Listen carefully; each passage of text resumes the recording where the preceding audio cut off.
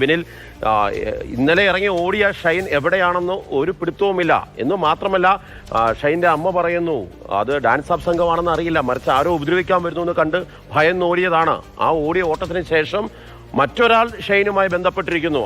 അതിലാണ് ഷൈൻ പറയുന്നത് വേറെ ആരോ ഉപദ്രവിക്കാൻ വരുന്നു എന്നുള്ള ഭയം കൊണ്ടാണ് ഇറങ്ങി ഓടിയെന്നുള്ളത്. അപ്പോൾ ഷൈൻ അവിടെ എവിടെയോ ഉണ്ട്. എന്താണ് പോലീസ് പറയുന്നത്? ഷൈനെ തേടിയുള്ള ഒരു പരിശോധന ഏതറ്റം വരെ എത്തി? മറ്റൊന്ന്, അമ്മ എന്ന സംഘടന ഒരു 3 അംഗ സമിതിയെ വെക്കുക മാത്രമാണ് ചെയ്തിട്ടുള്ളത്. തുടർ നടപടികൾ എന്തെങ്കിലും സംഘടനയുടെ ഭാഗത്തുനിന്നും വരുന്നുണ്ടോ?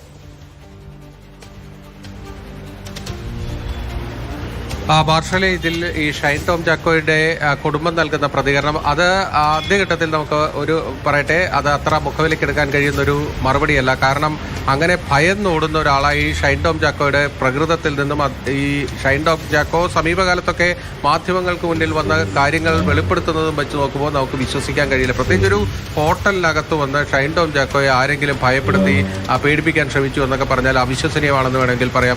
അങ്ങനെയെങ്കിൽ എന്തുകൊണ്ട് ഇതുവരെ ഷൈൻ ടോം ചാക്കോ ഒരു പരാതി കൊടുത്തിട്ടില്ല? തന്നെ ആരോങ്കിലും ഭീഷണിപ്പെടുത്താൻ വന്നുവെങ്കിൽ നേരെ ആ നോർത്ത് പോലീസ് ആ ഹോട്ടലിൽ നിന്ന് പുറത്തേക്ക് ഇറങ്ങിയാൽ തൊട്ടടുത്ത പോലീസ് സ്റ്റേഷനാണ്, അവിടേക്കല്ലേ ഷൈൻ ടോം ചാക്കോ എത്തേണ്ടത്, അല്ലാതെ ഓടി മറഞ്ഞ് ഒളിവിലിരിക്കുകയല്ല വേണ്ടത്. ഇവിടെ പോലീസ് സംശയിക്കുന്നത് ഷൈൻ ടോം ചാക്കോ അവിടെ ലഹരി ഉപയോഗിച്ചിട്ടുണ്ടോ എന്നത് തന്നെയാണ്. കാരണം പോലീസിനെ കണ്ട് ഭയന്നോടിയെന്ന് തന്നെയാണ് അവർ മനസ്സിലാക്കുന്നത്.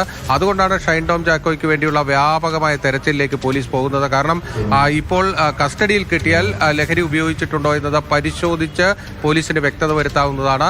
അല്ലെങ്കിൽ ഷൈൻ ടോം ചാക്കോ ധൈര്യപൂർവ്വം ഇപ്പോൾ പോലീസിന് മുന്നിലേക്ക് എത്തണം. തന്നെ ഭയപ്പെട്ട് താൻ ഓടിയതാണ്, താനിതാ വരുന്നു എന്ന് പറഞ്ഞ് പോലീസിന് മുന്നിലേക്ക് വരണം.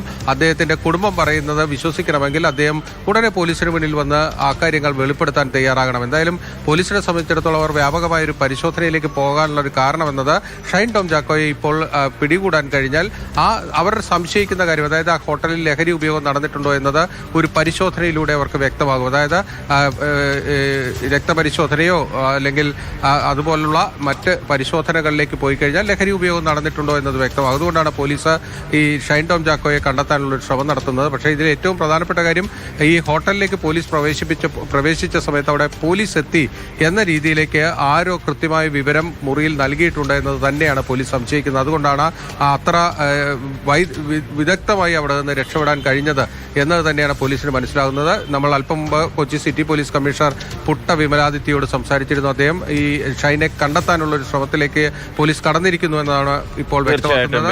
ഷൈന് വേണ്ടിയുള്ള വ്യാപകമായ തെരച്ചിലാണ് കൊച്ചിയിൽ പോലീസ് നടത്തിക്കൊണ്ടിരിക്കുന്നത്. അതോടൊപ്പം തന്നെ കുടുംബത്തിന്റെ വാദഗതികളെല്ലാം നമുക്ക് അംഗീകരിക്കാൻ കഴിയുന്നതിനും അപ്പുറത്തേക്കാണ്.